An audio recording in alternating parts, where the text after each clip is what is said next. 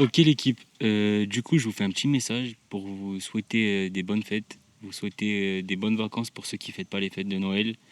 J'espère que les vidéos elles vous plaisent. En tout cas nous on fait de notre mieux pour changer le contenu, varier le contenu. On essaye de faire autre chose comme les cours de cuisine. Là actuellement on est à Pai en Thaïlande, dans le nord, vraiment dans le nord. Je suis à la recherche d'un taf actif, vraiment actif, pour pouvoir varier le contenu, pour pouvoir apprendre la cuisine vraiment d'une autre façon. Donc là, on est à Paille. Demain, on descend à Phuket. On part directement à Phuket. On va aller chercher du taf en express et pour pouvoir varier le contenu, pour pouvoir apprendre. Suite à ça, on verra comment ça se passe l'année 2024. En tout cas, je vous souhaite à tous de bonnes fêtes réellement. Un grand merci à nos partenariats pour nous avoir aidé à réaliser ce projet cette année-là 2023. En espérant qu'en 2024, ils sont toujours avec nous et qu'ils nous épauleront toujours. En tout cas, on est très fiers de pouvoir afficher les partenariats qui nous suivent à chaque vidéo. Et puis voilà, YouTube pour nous c'est nouveau. En tout cas, on essaie de faire au mieux. Et puis, on se pète plus tard, l'équipe. Passez de bonnes fêtes. Et ciao, bande de narwhal. Ok, l'équipe. Du coup, j'aimerais revenir sur les plats que j'ai préférés au Vietnam. Déjà, pour commencer, le Vietnam, c'est une cuisine vachement inspirée de la cuisine française, de par leur histoire, etc. Donc, il y a beaucoup de techniques qu'on peut retrouver dans la cuisine française, comme dans la cuisine vietnamienne. Pour commencer, je dirais pas que c'est mon plat favori du Vietnam, mais c'est quand même le plat traditionnel du Vietnam. C'est la soupe pho. La soupe pho, qu'est-ce que c'est? C'est servi dans un grand bol avec des nouilles de riz servies avec des herbes aromatiques, donc de la coriandre, du basilic et de la menthe souvent aussi. Servi avec de la viande, bœuf, porc. Et le principal base de ce plat, évidemment, c'est le bouillon d'os de bœuf, qui est vachement subtil, mais où on vient jouer sur les saveurs en rajoutant du citron, en rajoutant du piment, etc. Donc c'est vraiment un plat que j'ai adoré. C'est vraiment un plat super bon et c'est un plat très réconfortant.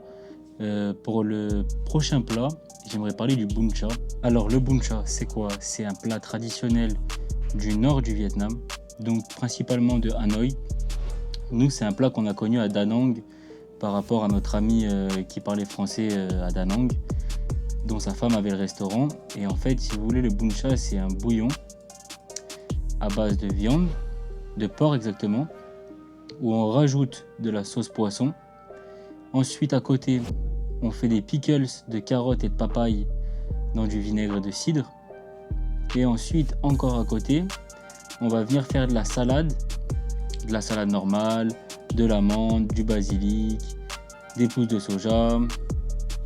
Ensuite, encore à côté, vous avez les vermicelles. Et encore ensuite à côté, vous avez les boulettes de viande de porc qui, elles, sont par contre mis dans le bouillon avec la sauce poisson.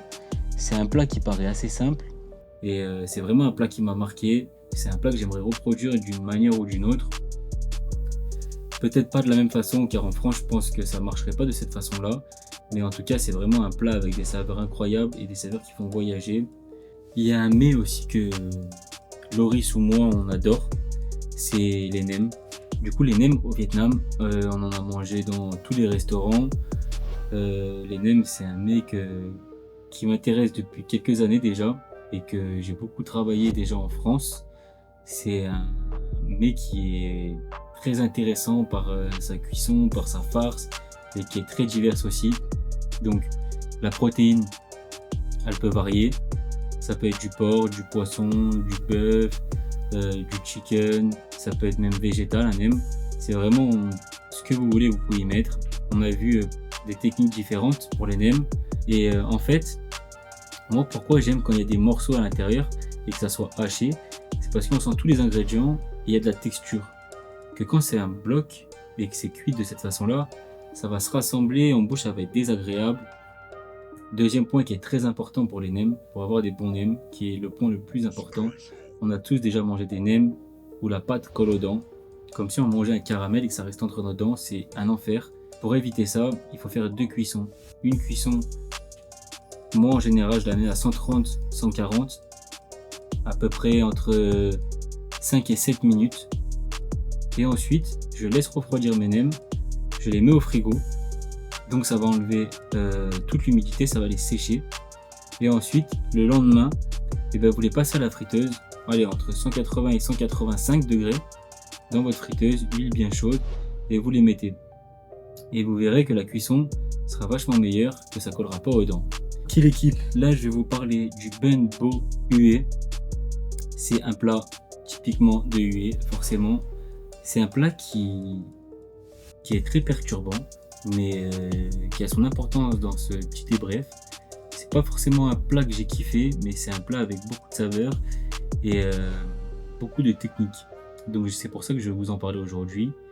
C'est quoi? Le bun bo hué, c'est des os de bœuf avec du jarret de bœuf, cuit dans de l'eau avec beaucoup de citronnelle. Suite à ça, vous allez rajouter de la pâte de crevette qui est ajoutée à la soupe une fois que le bouillon est prêt. Suite à ça, vous allez ajouter, tenez-vous bien, du sang coagulé de bœuf. Si vous aimez, c'est très particulier, mais ça amène une amertume, je trouve. Et en fait, suite à ça, vous avez beaucoup de condiments à l'intérieur, comme dans la soupe feu. Vous allez retrouver de la coriandre, de la cébelle, du piment et des nouilles de riz. Et puis vous avez votre plat. C'est un plat particulier, comme je vous l'ai dit. C'est un plat puissant en goût. Il faut le manger très chaud. Mais en tout cas, si demain vous passez par Hué, c'est un plat que je vous conseille de goûter parce que c'est pas des saveurs que vous allez goûter tous les jours. Et puis c'est patate. Franchement, c'est patate. Parce que la citronnelle, c'est patate. Le bouillon de bœuf, il est patate. Plus de la pâte de crevette, ça te met un uppercut. Et le sang coagulé, il te met KO et tu dors. Enfin, il faut goûter. Il faut goûter. Je vais vous parler d'un plat qu'on a beaucoup mangé avec Loris. C'est pas réellement un plat, mais c'est quelque chose de typique du Vietnam. C'est le banh mi. On avait consacré une partie d'un temps d'une vidéo à ça, dans un restaurant qui était spécialisé dans ça. Le banh mi, c'est quoi? C'est un pain à base de farine de blé, garni à l'intérieur avec de la sauce pimentée, la protéine que tu veux, la garniture que tu veux, et puis après c'est repassé au four et ça fait un sandwich. C'est incroyable. Même le pain est spécial ici au Vietnam. Il a beaucoup de mie, mais la mie n'est pas aérée. Mais par contre, le pain, la croûte, elle est croustillante. Et quand tu manges ton pain, en fait, si tu veux, t'as l'impression qu'il fond dans la bouche. C'est assez spécial. Ça me donne l'eau à la bouche carrément. C'est assez spécial. Mais si vous venez au Vietnam, goûtez le banh mi. C'est vraiment un plat un sandwich que moi j'ai kiffé. On en a mangé souvent avec Loris et de toute façon on avait fait une vidéo sur ça, on vous avait montré et franchement t'es au chantier, tu manges ça en 2-2 ou même t'es en cuisine, tu manges ça en 2-2, t'es refait. Hein. Donc voilà, le banh mi. Il y a un plat aussi que j'aimerais vous parler, même si on a été déçus 3 fois sur 4 où on l'a mangé, mais là une fois a fait que ça a monté d'un niveau extrême. C'est la crêpe vietnamienne qui s'appelle Banh Xeo. Et en fait, cette crêpe, qu'est-ce qu'elle a de spécial? Enfin, en fait, moi, je vais vous parler vraiment de celle qu'on a eu le coup de cœur. Je vais pas vous parler des 3 autres où on a été déçus et c'était pas bon. Je vais vous parler de celle qu'on a vraiment kiffé. Et ça, c'était à Ho Chi Minh. Je m'en rappelle. Et en fait, si vous voulez, c'était comme une omelette, on va dire, mais en fine couche, comme la technique d'une crêpe. Du coup, ça te fait une tuile qui à l'intérieur, ils viennent garnir. Nous, on avait pris aux champignons et au porc, il me semble. Et c'était incroyable, servi avec beaucoup de pousses de soja à l'intérieur. À côté, c'est servi avec une petite salade. C'est un mec qui n'a pas forcément de goût qui te punch la tête, mais par contre, c'est vraiment intéressant. Et si tu viens agrémenter avec une garniture différente de ce que les Vietnamiens font, et bien en fait, tu peux prendre une technique d'un pays et apporter une technique d'un autre pays et faire un combo qui fait que à toi, ça te correspond plus, tu vois. Donc c'est pour ça que je vous en parle de cette crêpe qui était vraiment très intéressante en texture, en goût, et puis de ce qu'on peut en faire en fait, tout simplement. En tout cas, le Vietnam, je pense que c'est un pays que moi personnellement je referais, parce que c'est vraiment un pays que j'ai kiffé, et vraiment kiffé de ouf. Surtout le nord du Vietnam, vraiment surtout le nord du Vietnam. Après, l'anglais toujours ça nous coupe un peu des gens quoi, et des rencontres, mais en soi, je suis avec mon cousin, c'est mon acolyte, et on n'a pas besoin d'être bien plus nombreux. On est moi et lui, ça suffit. On casse des barres. Vous voyez pas souvent ça dans les vidéos parce que c'est vrai que nous, on profite aussi de notre voyage. Mais en tout cas, c'est un but professionnel. La chaîne Toute une Histoire, elle a un but. Et en fait, si vous voulez, la chaîne Toute une Histoire, je vais en profiter pour vous en parler du projet. C'est né quand moi et Loris, on était... quand je travaillais à Saint-Barth, Loris est venu me rejoindre le temps d'une semaine dans les Caraïbes.